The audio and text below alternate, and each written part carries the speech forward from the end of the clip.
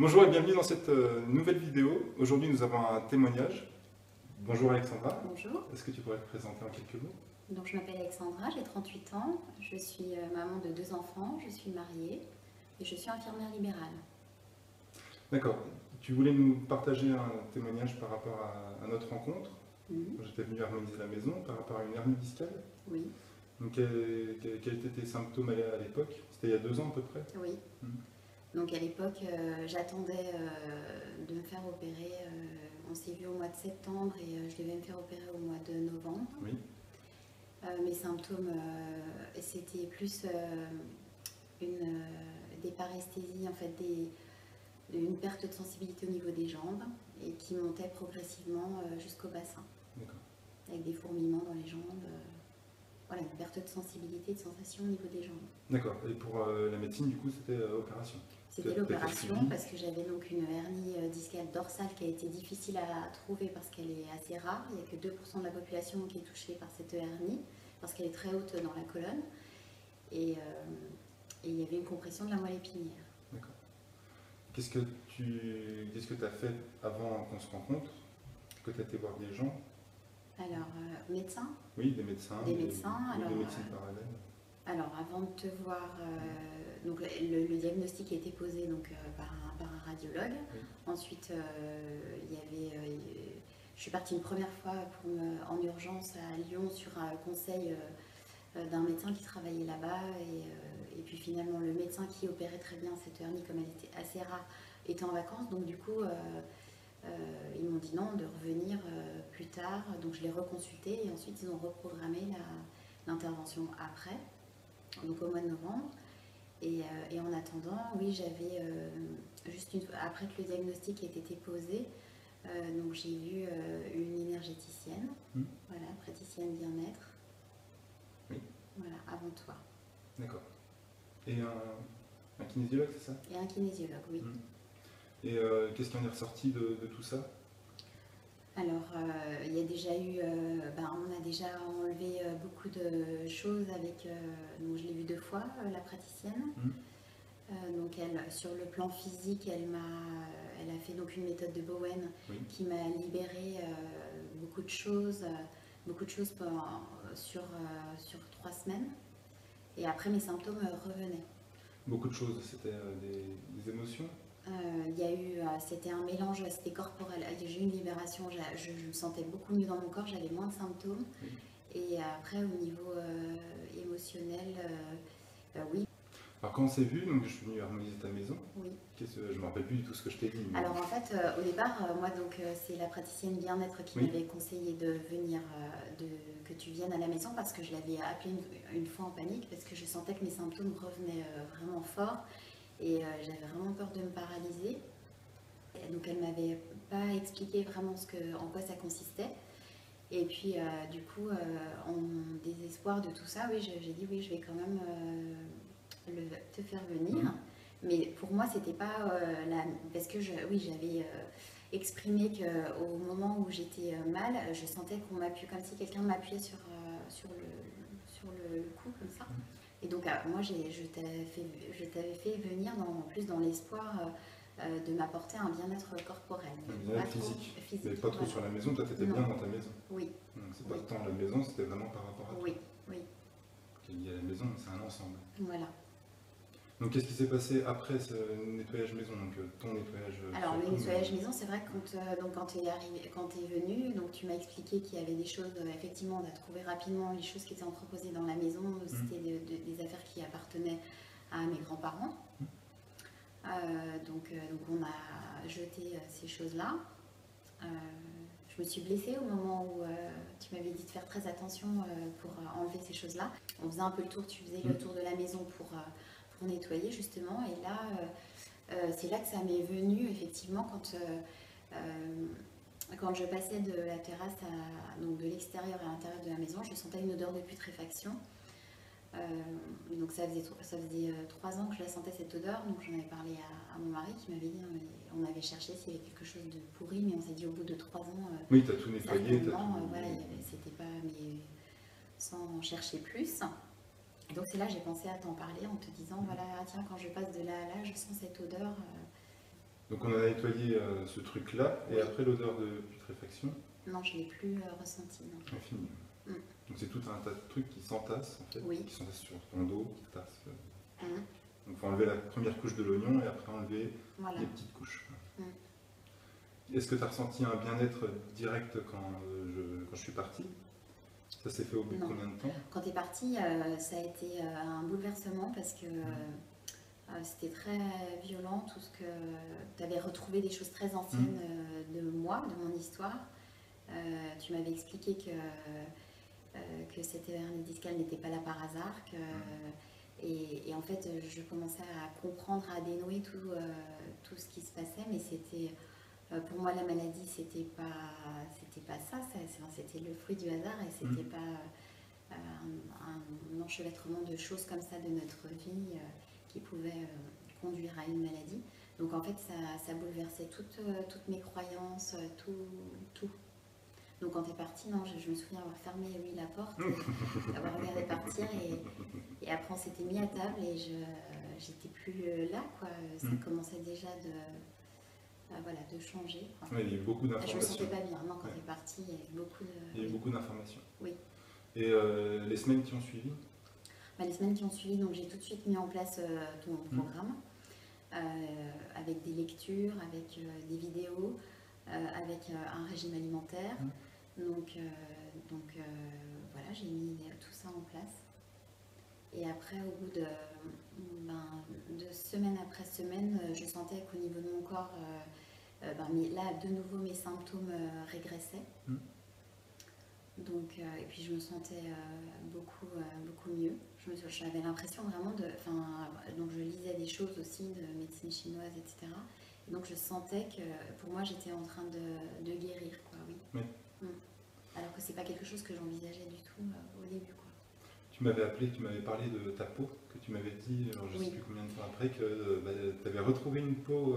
Oui, j'avais beaucoup de comédons, de choses comme ça, et avec ce régime alimentaire, j'avais une peau nickel, tout est en train de s'assainir, quoi. Régime alimentaire, il y a eu deux, trois trucs d'enlever dans l'alimentation. C'était quoi? Il y avait le gluten, les produits laitiers à base de vache, voilà. Il y avait le sucre aussi. Voilà. Et puis boire, après moi je buvais... boire de l'eau. Ouais, je buvais quasiment pas... je buvais un verre d'eau par jour, donc là boire énormément, oui. Je t'avais parlé d'autres cartons ou... Oui. Oui. T'en avais pris? J'en ai pris, oui, j'ai suivi ça, oui. On fera une vidéo sur l'autre carton, ne vous inquiétez pas. Je me rappelle que tu m'avais appelé après, je t'avais appelé pour savoir comment ça allait, et tu m'avais dit, je suis en train de faire un footing. Oui, le médecin m'avait dit, maintenant, à partir de maintenant, jusqu'à l'intervention, vous ne bougez plus de chez vous, vous ne prenez plus la voiture. Voilà, donc là, depuis la praticienne bien-être avec la méthode de Bowen, il fallait que je marche un quart d'heure par jour, donc j'ai commencé à marcher. Et puis avec toi, je suis allée plus loin, en fait j'ai repris confiance en moi. Oui. Cette confiance que vraiment j'avais perdue quand on vous dit vous faites plus rien, sinon si vous tombez, vous allez vous paralyser. Donc là j'allais beaucoup plus loin. Jusqu'à faire, au début je faisais 5 km par jour et après 10 km par jour. Donc je sentais, parce que en fait la compression de la moelle épinière faisait que mes muscles régressaient. Et là je sentais que mes muscles étaient en train de refonctionner. Et après oui, j'osais courir, c'était et là oui, je crois qu'il y a eu un jour où j'ai couru un peu, mais oui voilà, j'ai dû courir. Oui. Voilà. Tu t'es quand même fait opérer, on en avait parlé quand on était là. Il y avait une peur de l'opération? Bah oui. Il y avait quand même un risque. Oui, il y avait un risque de paralysie parce qu'il y a une artère qui passe à cet endroit-là.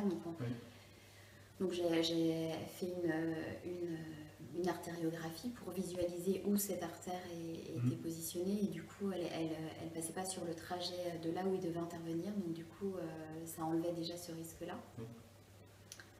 Du coup, alors oui, l'intervention était programmée, je devais partir, j'avais un examen le lundi, un autre le mardi et l'intervention le mercredi. J'ai laissé la date de l'intervention et je ne voulais plus me faire opérer, mais je n'en avais parlé à personne, ni à mon mari, ni à personne. Donc j'ai décidé d'aller et puis je voulais par contre avoir la preuve qu'elle n'était plus, que j'étais en train vraiment de me guérir. Donc j'ai passé un premier examen et ensuite je savais que le chirurgien consultait le lundi après-midi, donc j'ai dit à mon mari, je dis tu vois bien que mes symptômes régressent et que je vais beaucoup mieux. Donc il m'a répondu oui évidemment. Donc je ne veux plus me faire opérer, donc je veux aller voir le chirurgien pour qu'il me fasse une IRM de contrôle pour voir où en est ma hernie. Donc je suis allée le voir, il m'a dit si le premier examen que vous avez passé ce matin est normal, oui on fera une IRM de contrôle. Je lui ai expliqué sans dire ce que j'avais fait que ça allait mieux, que je me sentais beaucoup mieux. Donc du coup le premier examen était normal, donc il m'a dit ben, c'est bon, cet après-midi on refait une IRM de contrôle. Et donc là, je suis allée faire l'IRM et puis quand le manipulateur m'a sorti, quand il vous aide à sortir de l'appareil, j'ai compris qu'elle était toujours là, quoi. Il m'a regardé, faites attention, voilà. Il avait pris des précautions qu'il n'avait pas pris quand j'étais arrivée, donc je dis bon bah elle est toujours là. Donc et par contre, quand j'étais allée le voir pour lui demander l'examen, il m'a dit par contre on ne vous opère plus mercredi. Il dit la date d'intervention a été changée. Il dit mais personne ne vous a prévenu. Je lui ai dit mais non. Alors pour moi, je suis rentrée en pleurant parce que je savais que pour moi je n'allais même pas me faire opérer, mais je pensais que c'était parce qu'elle n'était plus là. Après c'était quand même à moi de savoir si je devais continuer ou pas. Donc en rentrant à la maison, déjà c'était des examens qui n'étaient pas très agréables. Après, donc, quand j'ai dit que je ne voulais plus y retourner, mon entourage ne m'a pas comprise. Je suis infirmière, donc voilà, comment tu peux risquer de faire ça alors qu'on a la solution à ton problème. Voilà, c'était pas quelque chose. Et puis, comme on n'avait pas eu la preuve qu'elle avait disparu, donc j'étais vraiment en pleine illumination. Puis c'était pas concevable. Donc il y a eu beaucoup voilà, avec mon mari aussi disputé parce qu'il ne me comprenait plus, quoi. Et donc c'était difficile. Et après. Donc tu t'es quand même fait opérer? Je me suis quand même fait opérer. Voilà, j'ai pris la décision d'y aller, mais c'était ma décision pour mettre un point final parce que ça durait, ça faisait un petit moment.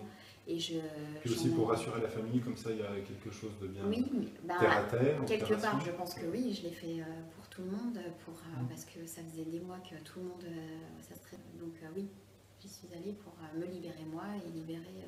Du coup, depuis l'opération, tes douleurs, ton hernie discale, ça va très bien. Oui. Ça va très bien. Ça va très bien. Tu as repris ton travail? J'ai repris mon travail comme.